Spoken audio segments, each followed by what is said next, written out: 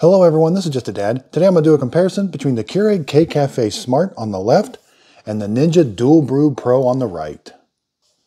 Both of these coffee makers will do a single serve K-Cup. The Ninja will also do a full pot of coffee, and you can use your own coffee grounds to brew into a travel mug or brew all the way up to 12 cups of coffee. The K-Cafe Smart does have a built-in milk frother that works really good. I can froth it hot or cold. The Ninja DualBrew Pro does have a milk frother. You do have to heat the milk up first in the microwave, but when you press the button, that little whisk turns and it's easy for cleanup. Just take that off and you can wash that. The Ninja DualBrew does have a hot water dispenser, so that's the coffee bean when we want to do coffee.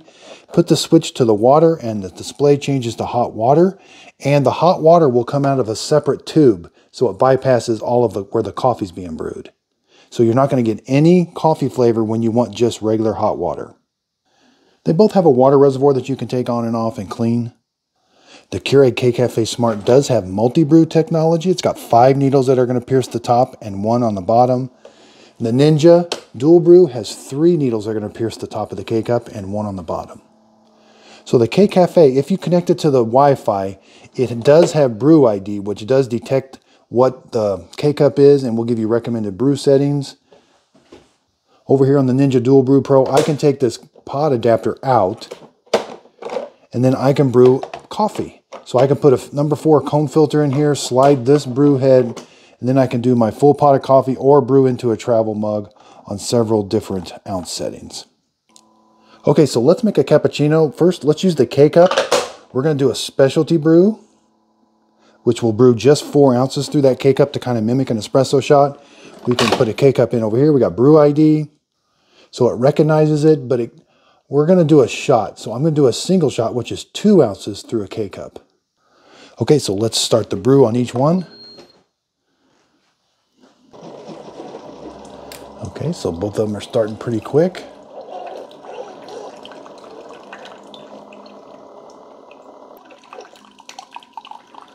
Keurig's going to finish up first,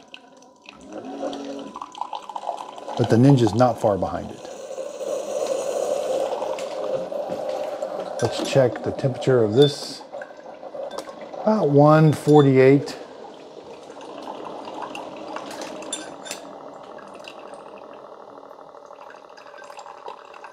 And we're going to end up with about the same temperature. Yeah, about 160, 150. So we end up with 4 ounces compared to 2 ounces. I could brew 4 ounces through that coffee K-Cup. So with the Keurig, I'm just going to put the milk in there and we're going to froth it with the frother. For the Ninja, I do have to put the milk in the microwave for about 45 seconds. Okay, so for the Keurig, let's go to number 3 for the maximum amount of froth. Press the start button. It's going to heat it and froth it at the same time. I got my milk warmed up.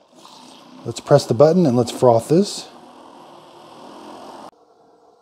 Okay, so the Ninja is done. I'm done frothing it. The Keurig's finishing up. Okay, so the Keurig's finished up. Let's go ahead and dump it in. It makes some really rich and creamy froth.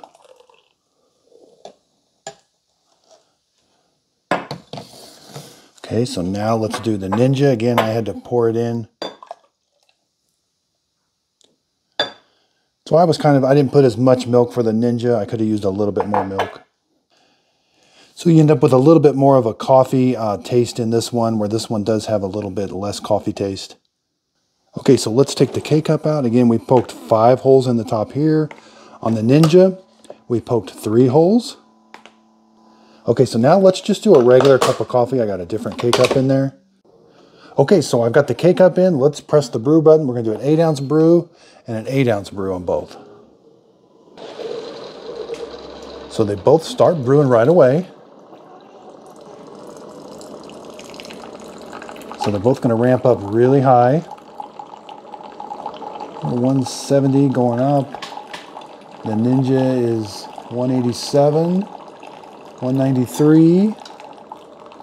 Keurig is at 187.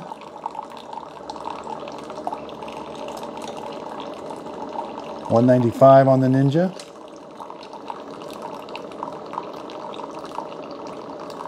186, 187. So it looks like the Keurig is going to finish up just a little bit quicker. And we end up with about a 173 degree cup of coffee. The Ninja, about a 183 cup of coffee. So here's what the coffees look like. Again, it's hard for me to taste the difference other than the Ninja does make a hotter coffee. So both of these are very nice coffee makers. The Ninja, I like being able to make a full pot of coffee. Its price is starting to come down a little bit. I'm seeing it around 170, 180 now. This is the brand new Keurig K-Cafe Smart Coffee Maker. I've seen it around $220. Now let's talk about coffee grounds in the coffee. The 5 needles, I have not, so you will notice some coffee grounds on the needles. And same with the Ninja DualBrew. You will get some coffee grounds up here, and sometimes you see them up here. Now, I have not gotten any coffee grounds in my coffee if I stay on top of freshwater rinses. If you don't do a freshwater rinse, and what I mean by that is we just take the K-cups out and we need to rinse these needles, these top needles. So don't put a K-cup in, close the lid, pick the lowest brew setting, 6 ounces. Again, close this. We've got to do a hot water, 6 ounces. Now you're going to notice, you will see some coffee grounds now because it's rinsing that pot area. I do these at least every 3 or 4 days. You can see how the water's discolored. If you don't stay on top of it, you will start to get some coffee grounds going around the K-cup. Same with the Ninja. It needs to have its freshwater rinses. I like to do a freshwater rinse on the Ninja about every 2 or 3 days. The Keurig, I can go just a little bit longer. But again, if you don't do those, you will start to get some coffee grounds making their way around the K-cup into your coffee. Now we can see there's coffee grounds. That's perfectly normal. And same with the Keurig. Because I have seen a lot of, I've seen a lot of complaints sometimes in my comments about the Ninja getting coffee grounds in the K-cup. Again, I've not had that problem. And same with the Keurig. I've not had that problem by keeping up on the freshwater rinses. So I hope you like this comparison. I did this comparison because a viewer asked me to in the comments of another video. So if you want to see a different comparison, please leave them in the comments down below.